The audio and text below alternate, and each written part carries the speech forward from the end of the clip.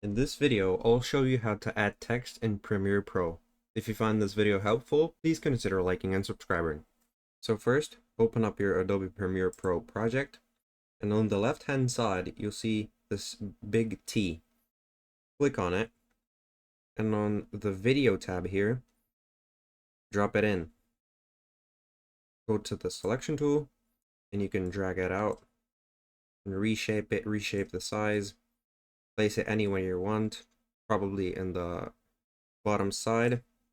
And now you can type in some text.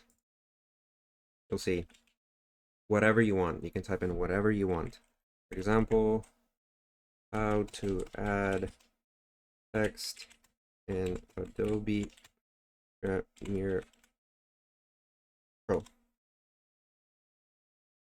Or you can go here, you can resize it a little. I didn't even type it right, but doesn't matter. And that's how you add text.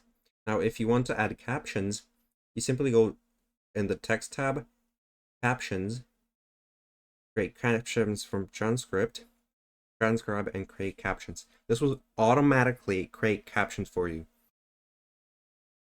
Once it's done, you see that we actually have captions that you can fully customize to your liking. That's it. Thanks for watching.